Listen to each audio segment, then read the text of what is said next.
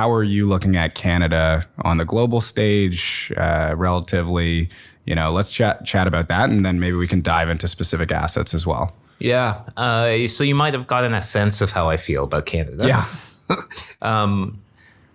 I have lived and worked outside of Canada, first off. And so I just passionately believe in the country, period, full stop. But then if I sort of check that, call it more emotional comment about Canada and back it up with some rationale. So whether it is we've had a very robust population tailwind, and I know the picture's gotten a little bit more complex, but you step back and it's been long-term very robust across decades, regardless of political affiliation.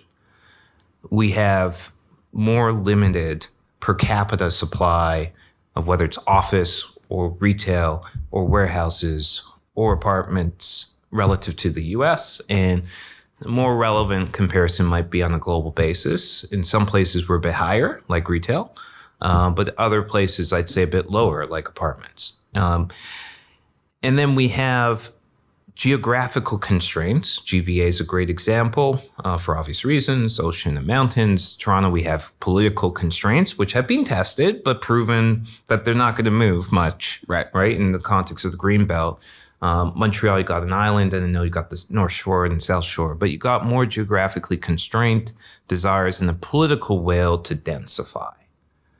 And so logically, you have had that as an underpinning to some of the real estate strength that we have seen since the early 90s. So, if I step back from real estate and think about the country, yeah, we have some problems that we are now addressing. Well, I hope we are now addressing.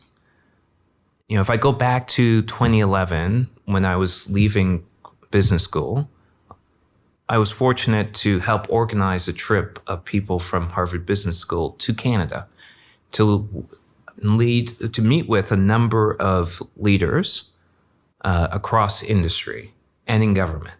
So whether it was cabinet ministers, Mark Carney at the Bank of Canada at the time, to folks such as Prem Watsa at Fairfax, it was a great 3 days, 2 in Toronto, 1 in Ottawa. Kevin Lynch had just finished with the Privy Council. He was the clerk of the Privy Council, which means he was head of the civil service. And in our meeting with him, guess what he talked about? How awesome Canada is. Well, we all like Canada, but he talked about our productivity challenge. This was in 2011. Right. Our productivity challenge. Well, everybody's talking about it now. And so in this period of whatever we want to call it, concern, turbulence, we have the opportunity to actually now address a problem that has been around for a long time in our country. Yeah. Right? And it's multifold, and I could go on and on and on. It's probably not the subject of this podcast, but just think about innovation and scaling. Yeah. Think about the companies. We have highly educated workforce. Right? We have a great education system, universities and colleges and et cetera. And if you look statistically, people here study more so than other countries around the world. And it's so great that many people want to come here, right? So many, we've had to change the immigration system. And they found companies. And we actually generally have a highly innovative and entrepreneurial society. What's the problem? Scaling. We have a challenge scaling companies. And the issue for Canada is back then in 2011, it was all about diversification of the economy. And that still applies today. But we also have a dramatic technological revolution going on. It's been going on for decades. And we're just accelerating that in that path. And our inability to scale innovative companies is a huge challenge for our country. And we have to solve it, right? We have the capital in this country. Yeah. We have the people in this country.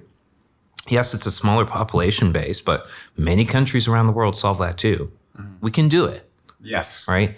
That's one thing in a suite of things. And if this environment today creates the emergency alarm bell, then that's great, right? That's the opportunity for this country.